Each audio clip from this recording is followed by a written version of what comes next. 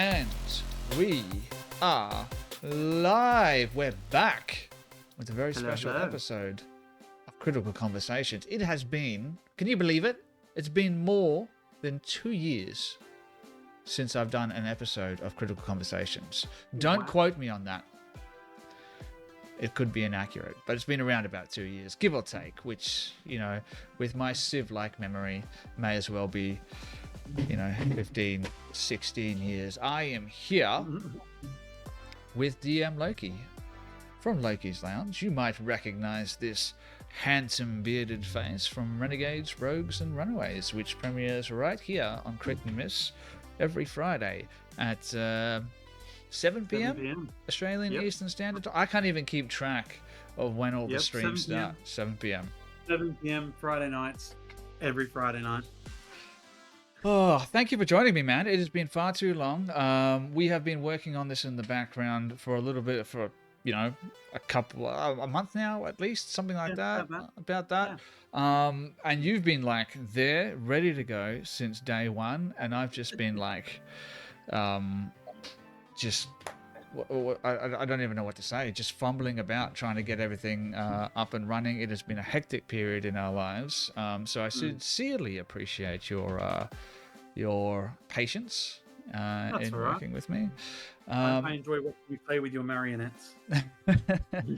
Man, like I can't even tell you how much I appreciate you jumping on it. I can't tell you how much I'm excited to be back with Critical Conversations. It was something that I really enjoyed. I think it was 2002 when I did the last episode, I think, with Christian and who else was it? I think it was Luke from Big Game Small Pieces, and I think Grace was on that one as well. And I was just preparing for this.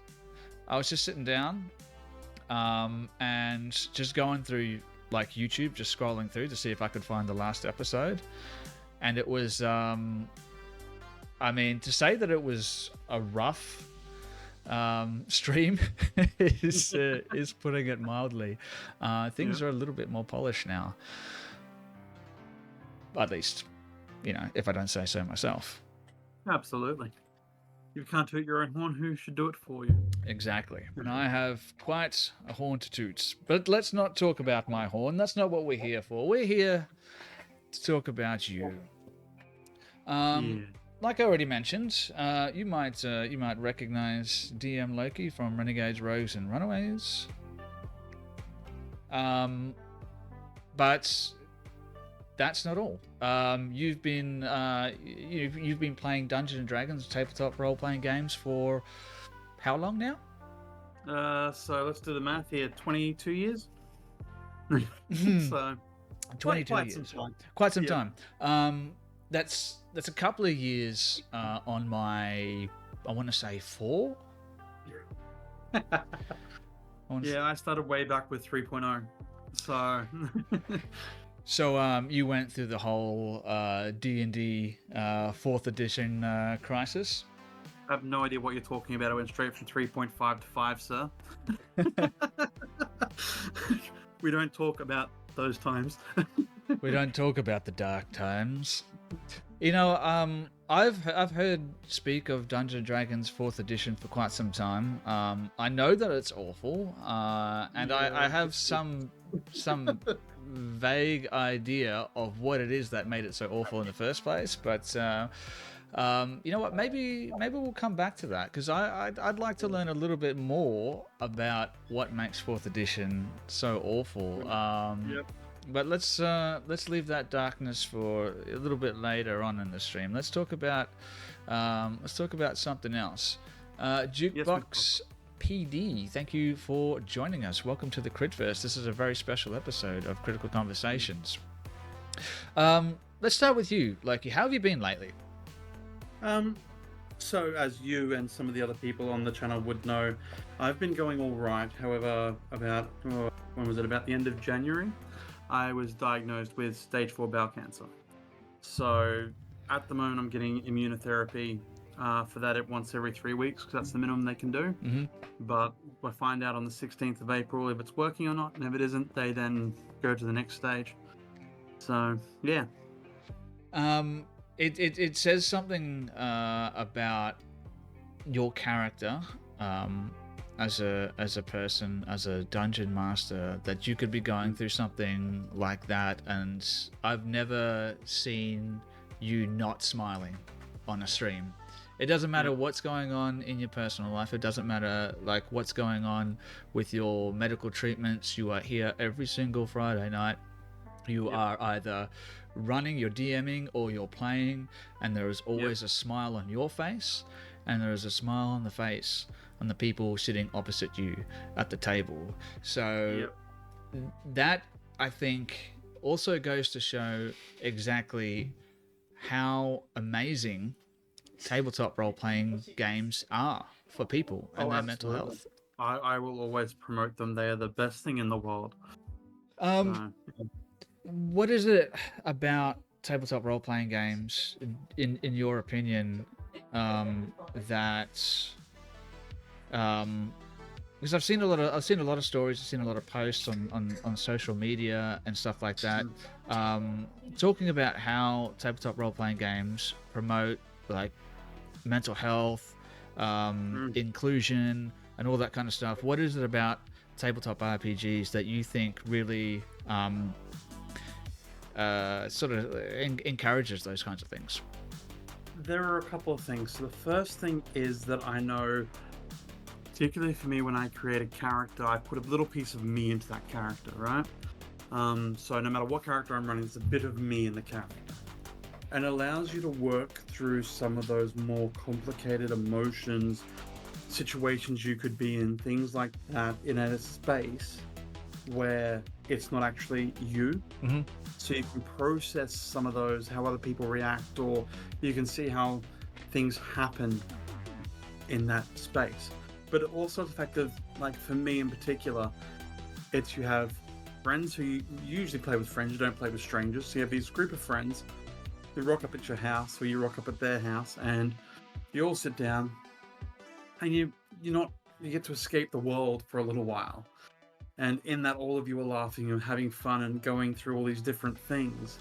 So it just allows you to engage in that community in a way that is just, to me, so freeing, and also so open, that it allows you just to experience the purity of things. Bin Chicken Trash just says, turn up Loki. Is his audio coming through a little bit too quiet? I'm just having a look here, and it looks like on my mixer here that it's coming through pretty equitable with my own. I might be a little bit too loud. Let me turn my one down a little bit. That might make it a little bit more even. There we go. Yeah. Oh, so like tabletop RPGs, and for those people who are new to like D&D and tabletop role-playing games, it's all about like engaging in creativity that is, for the most part, for a large part, like unshackled from those arbitrary sort of restrictions that we put on ourselves with like board games and computer games and all that kind of stuff. Yes, there are rules in which to follow, but there's no other game out there where the rules apply more, to quote Captain Jack Sparrow, as guidelines than actual rules.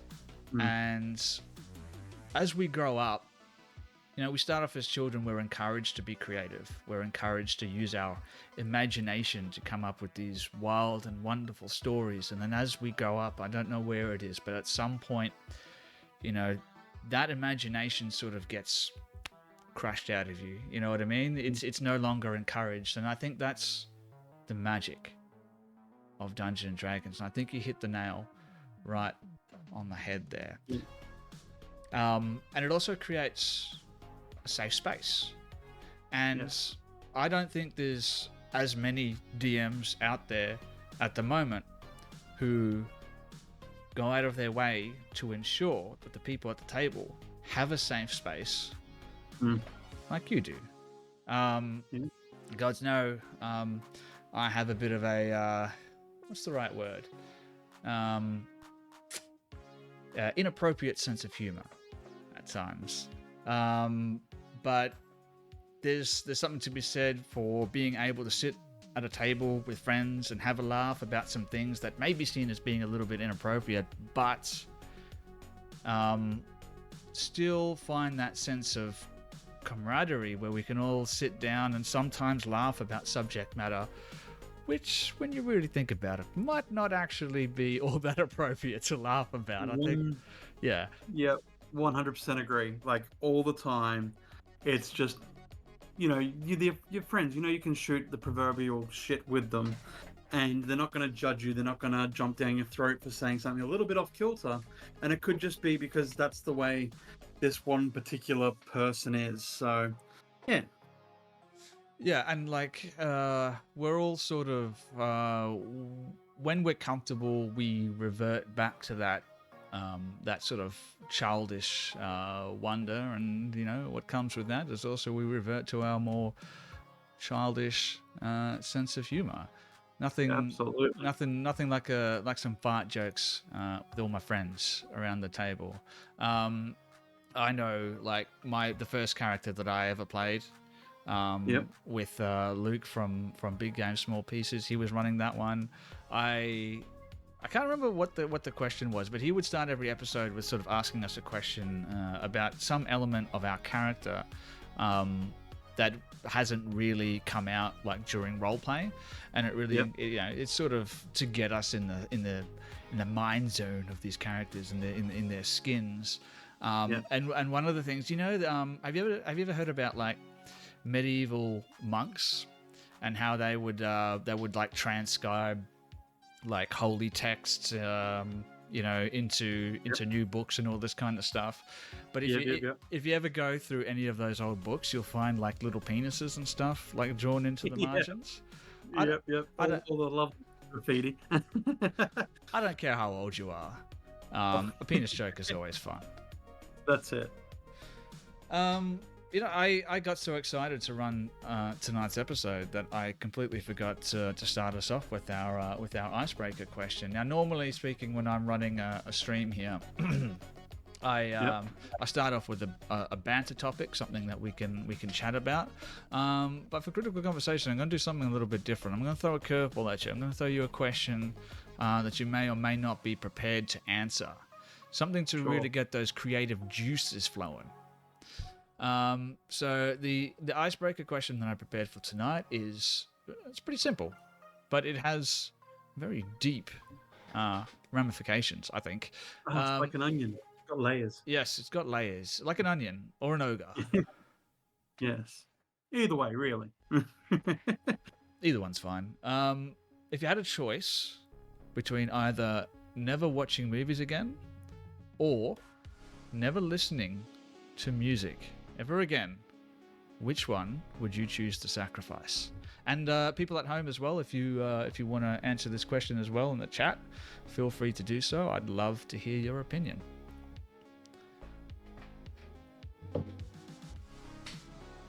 I would actually have to go with never listening to music again. Okay. But does that include the music in movies? I hadn't even thought of that.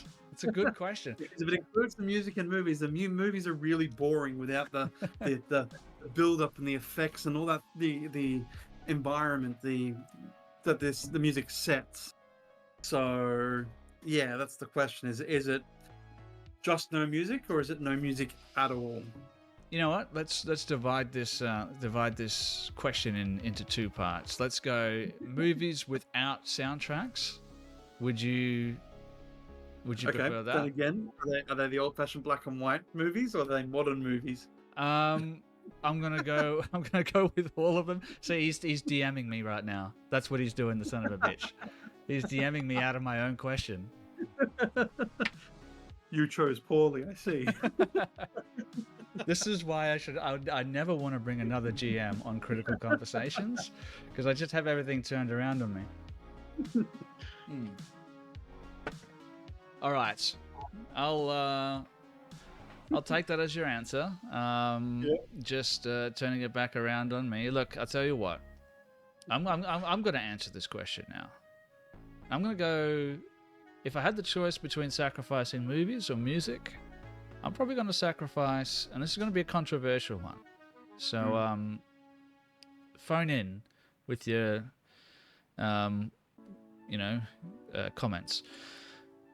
I'm going to go with sacrificing movies. And Anonymia agrees with me. I love movies. Movies have been like something that's inspired me for like a long time. But I think there's music. Music is the soul. That's right. I couldn't capture that that sentiment any better than Anonymia just did. You know those times in your life where everything's sort of breaking down, and the only thing that you never sit down and watch a movie in those times, do you? It's music, I think that gets me through, and as inspiring and fantastic as movies are, I think when I sit down to write homebrew stuff myself or whatever, I'm putting on a good soundtrack. You know what I mean? Yep. Yeah? Yep. See, was that so hard? Well,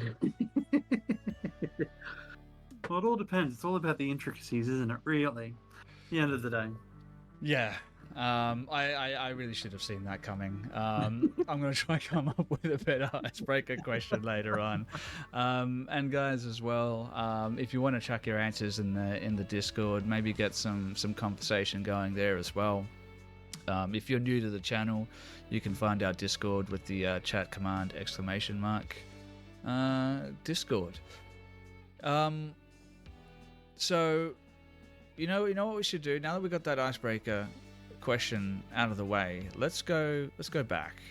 Let's go back 22 years. Yep, 14-year-old me. Paint us a picture of what 22 years ago. What did you look like 22 years ago? I had a full head of hair that was actually a color. So I would have been 18 in Bundaberg. So if any of you have ever been to Bundy, it's a little bit of I like to consider it a backward town, but it's not really. It's more so just country folk who have been together for so long. So it's got about 100,000 people living in it now, but about 22 years ago, you're looking at about 70,000 people. So slightly smaller than Brisbane, where I now live. And it's got all kinds of attractions. It's got rum. Yep. Sugar. It's got the sugar that goes in the rum, of course. Yep, absolutely. It's the place where that British people thrown off the bridge. And that's really kind of it. It's got rum. It's got sugar. If you're a fan of rum and sugar, I guess Bundaberg's the place to be. One McDonald's, one KFC, one movie theater. You get the gist here. 7 pubs. Everything the body needs. Absolutely. Take us back to this Loki with the full head of I'm gonna go with like rich blonde hair. Not quite brown. Okay, all right. Well, I was close. I have to go back a couple more years before it was rich blonde. Take us back there. Take us back to that first, tabletop role-playing game experience. I want to know a little bit more about that. What was it? Was it Dungeons and Dragons? And like, how did you find this weird corner of nerd culture in the first place? So I was just finished school the year before. I was trying to find out where I belonged. Now in Bundaberg, if you know much about Bundy as well, there's a very high unemployment rate. So you're talking like 25. So when I was there, it was about 20% of the population didn't have work. So as you can imagine, so it was who you knew, not what you knew. So no job, no real prospects of work or anything else going forward in my life. No car, because at that time I didn't have my license. So I was stuck at home pretty much most of the time. Finished school the year before, so it was not like, and I went to North Bundaberg State High School and I lived in South Bundaberg. So all my mates were over North Side. Turncoat. Yep. So basically, I was not doing well mentally, and I had a friend who said, "Right, coming one Saturday, he rocked up at my house. Said, you're coming with me? Get in my car." I jumped in his car and he drove me over to his friend's house. Um, and they were playing a game on this sheet of A4 grid paper. And he said, "Right, sit down. We need a ranger." No idea what that was. "We'll make you an elf." Okay, I'm an elf, whatever that means. You have a bow, shoot at stuff. That was literally my introduction to Dungeons and Dragons 3.0. So after playing that for a couple of weeks, we moved. Basically, his friends left, so he had no one else to go with. We ended up at one of the game stores in the one and only game store in Bundaberg, and we started up a small group there. Okay, all right. So it wasn't something that you like actively sought out. It was more like a case of right place, right time sort of thing. Very much so. And were you sort of? I'm gonna hazard a guess. You probably weren't into like high fantasy sort of culture at the time. Was it something that you were into, or? Absolutely. So at that time, I was playing computer games. So I was playing. Here we go. This is what I am. Here we go. Pong. Heroes of Might and Magic 4 when it was first released on PC. Space Invaders, Yep. Super Mario Brothers. Yep. I was playing Command and Conquer. Mm-hmm. I was playing Total Annihilation. So all of those really good old-fashioned games. I hadn't picked up World of Warcraft yet, so that wasn't a thing. I was playing Warcraft and Warcraft 2. Yep.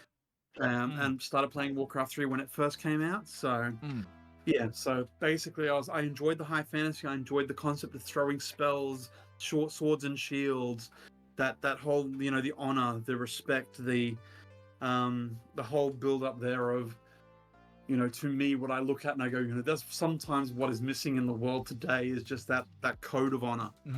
Like the Knights of Old used to have to learn poetry, and they used to have to do all these different tasks, and it's just not in the world anymore, and I feel like we've lost a little bit in the way. So I always loved high fantasy, was always into it. So as you can imagine, when they released Lord of the Rings, I was there. When they released, like, I'm coming into my era now when they're doing all these things with swords, shit, like all the old-fashioned, all the old games. Yep. It's a fantastic time to be alive right now for nerds. We're finally feeling a little bit of acceptance, and I can sort of relate. I like this idea that we have a little bit that we could learn from, like high fantasy and that kind of stuff. This code of honor, ethics, heroism. I always say that we should sort of adapt these codes of honor and heroism in our day-to-day life, so I can ignore them and continue to be Absolutely scoundrel that I am. So yeah, no, like it's a pretty sort of common thing. When we're younger, we get to indulge ourselves in these stories, and it's really, I think it's the stories as much as it is the setting in which those stories are set that sort of like inspire us. Yes. And then when you play video games, like I mentioned earlier, they have some level of like agency and freedom in which you can interact with them, but none of that even holds a candle, comes close to what you can do in Dungeons and Dragons. It's really about it's like a cooperative shared storytelling experience. Absolutely. It's kind of like writing a book together, with your friends.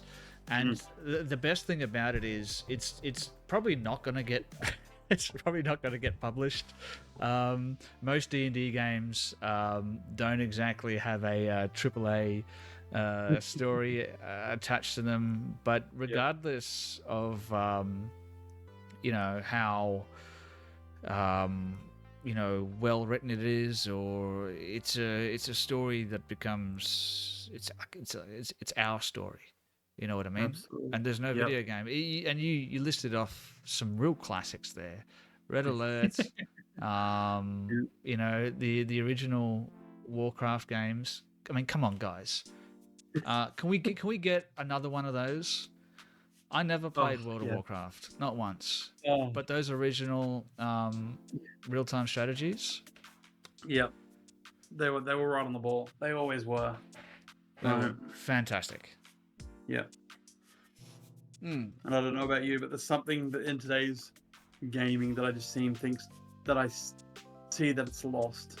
Just in some of the ways that they play games now, it's very much about you being the agent. So, yeah. Yeah, we've sort of translated or adapted our video game experiences to mimic a little bit that of like Hollywood cinema and music, and every now and then it takes on maybe a little bit too much of a serious tone. I know that even very serious games like Fallout. Did you ever play the original Fallout games 1 and 2? No, I didn't know. These games were dark, man. They were dark. Yeah. But there was some like humor, comedy, like a sarcastic sort of poke at like culture that the later games, they just don't have it anymore, man. Like, they tried. Yeah. But They also don't want to risk it. Yes, exactly. I think that's a lot of the concern is, back in the 90s to early thousands, you poked fun at stuff and people didn't get so upset. Now it's very much you have to be very wary of what you say and how you say it. So we do when we're talking about like multi-million-dollar companies making multi-million-dollar products. There's always going to be like, oh shit, I just lowered my chair by accident. There's always going to be this this feeling that you need to be careful with the products that you put out. But back then, gaming was still niche at the time. Well, that's it. I mean, like World of Warcraft was an idea they had. They threw together, whacked in a box and sent out and went, maybe this will make us some money. And now we have Blizzard. And now we have Blizzard. Which is a whole different beast than what it used to be. But I'm getting off topic here a little bit. So now it's 22 years later. You're much more handsome by far than you were 22 years ago. I'm assuming. Much wiser. How do you think this experience of playing D&D, playing tabletop role-playing games, has it had like an effect on you outside of your sort of gaming experience as well? And if so, like, what have you carried over from the dice table to the real world? I've carried a lot over. So we go back to when I was 21. I was going through a really dark spot in my life where I was thinking about things like suicide and stuff like that. And the only thing that actually stopped me from doing it was knowing every Saturday night I could go to a table for 3 to 5 hours, sit down and have fun and get out of my life. And the things that I learned through that, just the positivity of friends, the connection with other people around something that doesn't even exist. As Jukebox said, I have vivid memories of things that never happened. I can tell you many, many funny stories of what happened around around D&D tables I think are hilarious. And other people go, oh yeah, right, yeah, cool. But I'm like, you don't understand. And for me, D&D is the core of one of the core things of who I am. Okay. So for me, it's very much a part of, this is the thing that kept me from doing something now that I look back was really stupid. But it kept me from doing that because it kept me engaging with people over and over and over again. And they saw, the darker parts of me and went, hey, look, are you okay? They started to ask those questions because they saw me weekly. So for me, D&D in particular is, I think, a great tool, or any TTRPG, I suppose, is a great tool to show people that there's more out there and there's more that they can do. Because in the groups I was in, they weren't always accepting, whereas I knew my D&D group was. And even now, today, I would take my group of 4 players, as nuts as they are and as young as they are, because I think I'm, what do we discuss, Jukebox? You're the oldest, and I'm about 10 years older than you. So, you know, I am the oldest. I'm the dad of the table, ultimately. And I've got no problem for that. I love playing the dad role, so I do that with all 4 of them, because who is it? Ibis. Evan is 22 this year, I think. So, like, you know, I'm 18 years his senior, but I would take these 4 people over most of the people I've met in the world, because at least I know these 4 people, when it comes to the crunch, will be there for me. Mm-hmm. They're people, you know, you, Mark, Froth, Mod, Fizz, are people I've played games with, and I know, like, you're the first people I told outside my family, because I knew that you'd actually give a damn. Mm-hmm. So, yeah, there's that. Absolutely, man. Like, tabletop role-playing games, like, and this is something that it might be like wholly unique to, you know, us who identify you know, with nerd cultures, that we can't do anything in like half measures. When we do something, we're doing all of it. Give us everything. We'll buy the merch. We'll be there. We'll be watching it on YouTube. We'll be streaming ourselves live on air before we've even finished our first campaign. When we consume something, we get really involved in it, and it becomes like part of our identity. And I think what makes, you know, D&D so special is, like I mentioned earlier, that part of the identity that we take with us is that reawakening of that like childlike sense of wonder, and we get to build a safe space with like-minded people who aren't just going to accept what you're saying. Mm-hmm. They're going to be like, fuck yeah, that's awesome, and this on top of it. Oh yeah, absolutely. And that's the thing, like, you know, I completely agree with you. Like, as someone who quite clearly is, you know, a nerd, I was telling Sven this earlier, the COO of my company literally introduces to me to people. So we have something that's called like a frontline forum, where we all the members of the group get together in a room and we have discussions. And whenever the COO is there, he's like, "This is Luke. He does Dungeons and Dragons. If you have any D&D questions, ask him." Like, that's how I'm introduced to people, not, you know, my role or anything else. It's just, he's the D&D guy.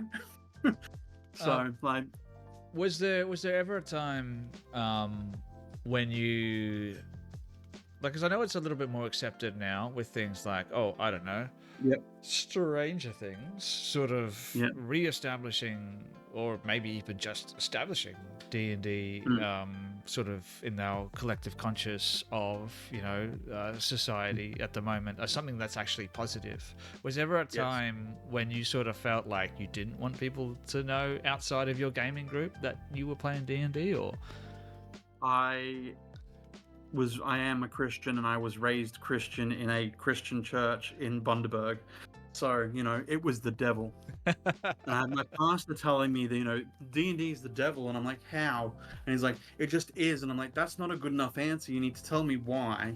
And he's like, it just is. You know, I can't explain it. It's just because my mum still thinks that it's evil, because they were all raised through the 80s, you know, the D&D devil purge era. So they were told in the 80s that D&D is evil. And I never agreed with it. I was working in a church, what's that, 5 years ago now? And one of the pastors there was like, you can't do D&D and be a pastor because it's evil. And I'm like, how? Explain to me something that saved my life and I'm a Christian and it saved my life, and I'm a pastor and it saved my life, can be evil? Please explain it to me. So I never understood why, so I kept it very much to myself. So I, of course, invited all my younger Christian friends to come play D&D with me. So, like, two of my best friends in the world, they are incredibly intelligent people, and I taught them how to play D&D at 16. So, because I went, hey guys, look, this is amazing. You need to experience this. Yeah. And so I've always had that, and particularly in the church, there's that concept which I disagree with, of like it's evil, and I'm like, you can't say that and not back it up and just expect people to believe it, particularly intelligent people, to just go, okay. Well, like, it's not how that happens. It's sort of the basis around which, like, a lot of institutions like that. And I don't want to be like critical of people's like religious beliefs or ideas. Like I said, man, I wholly encourage people to engage with that imagination and that creativity and take from that, like, morals and the ideas that can shape you into a better, like, person.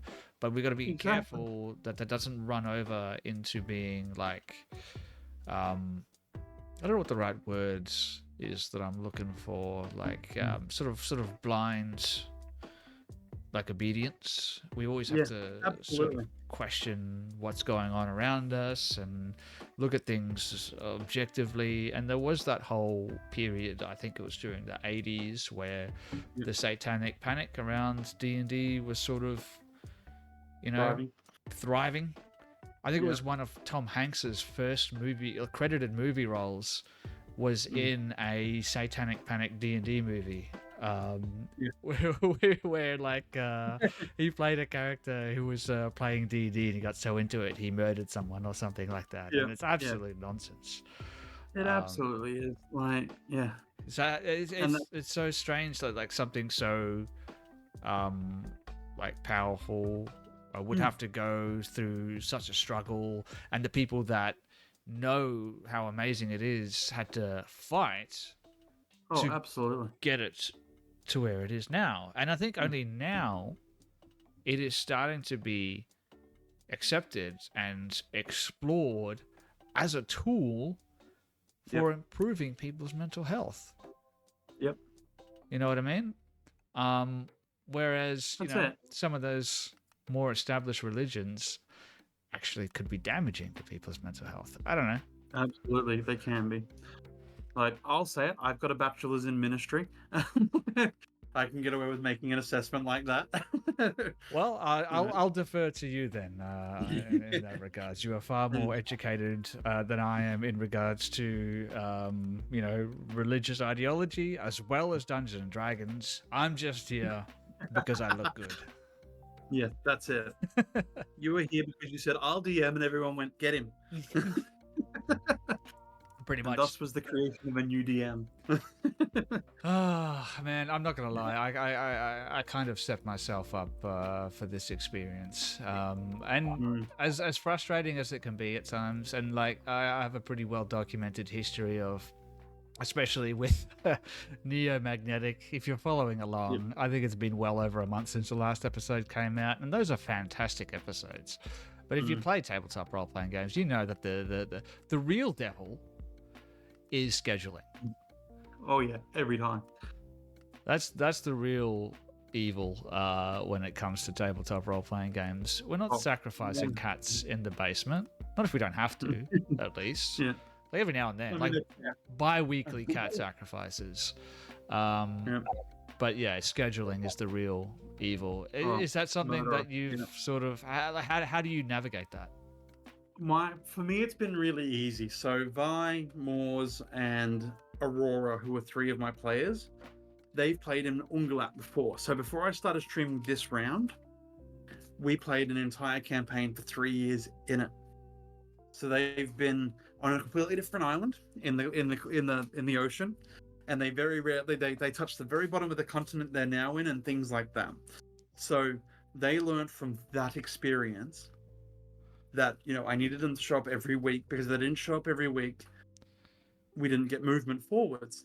So now they show up every week because they're committed to it, because they love it. They love the world. So they go, we're there, just give us a time. So that's what I need. That's what I like. Yep. Is I managed to manipulate, control, and make them submissive to my demands so that I could DM Dungeons and Dragons for them.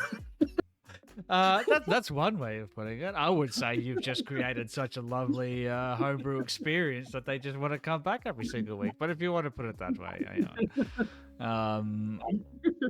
And like we're about to go on a short break. But before we do, if you have like, because we all know that scheduling is the evil, it's the Baba Yaga of tabletop RPGs. It's gonna pop out in a house walking on chicken legs. Keanu Reeves. It's Keanu Reeves, exactly. It's the Keanu Reeves of tabletop RPGs. If you had one piece of advice for, I don't know, like a player, or specifically like a new DM, how to navigate like scheduling so that it you know, it can work and they can indulge you know, their creative experience every week or whatever it is, what would that piece of advice be? For a player, it would be, if you enjoy playing Dungeons and Dragons and you love being in the game, ask the DM when they want to play and keep that night open. Okay. If you're the DM and you have players asking to play, even if they're a different group each week, run a one-shot. Run a game, because I guarantee you'll find people in that will want to play every week. And when you do, build your group from there. That's all you do. It's how I found my 3 players. I started off with Moors, and then myself and Aurora were playing in a different game. Moors joined in and went, I want to do this more often. So I went, okay, well, I'll start up another campaign on a Saturday. On a Sunday. And they started playing in that. And then Vi came in from that. And it's just one of those things that builds, because they go, well, actually, no, this is fun. And if you make it fun and you make it exciting as a DM, you have people who want to be in your world. All right. That's where I'm going wrong. Okay. Oh, absolutely, mate. Yours are just so dull. I've been told. You know what's, before we go on a break, I just want to point this out. This is something that I think is wholly unique. I don't know if anyone else, like if you're in a different creative field, but something that's wholly unique, I think, to tabletop RPGs and being a dungeon master, or being a game master if you're playing a different game, Pathfinder or whatever. You just referred to real life actual people as their character names, as their imaginary character names. That is something that you don't get anywhere else. No one's going out there and trying to hire Aragorn for their next action adventure movie. No, they're looking for Viggo Mortensen.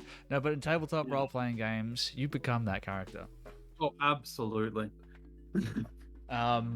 So, you know, maybe there was something into it. Maybe you do give up part of your soul. But if that's the price that you have to pay to have, you know, those kind of memories and experience, it's a price I pay gladly, and I would wholly encourage others to do so as well. Absolutely.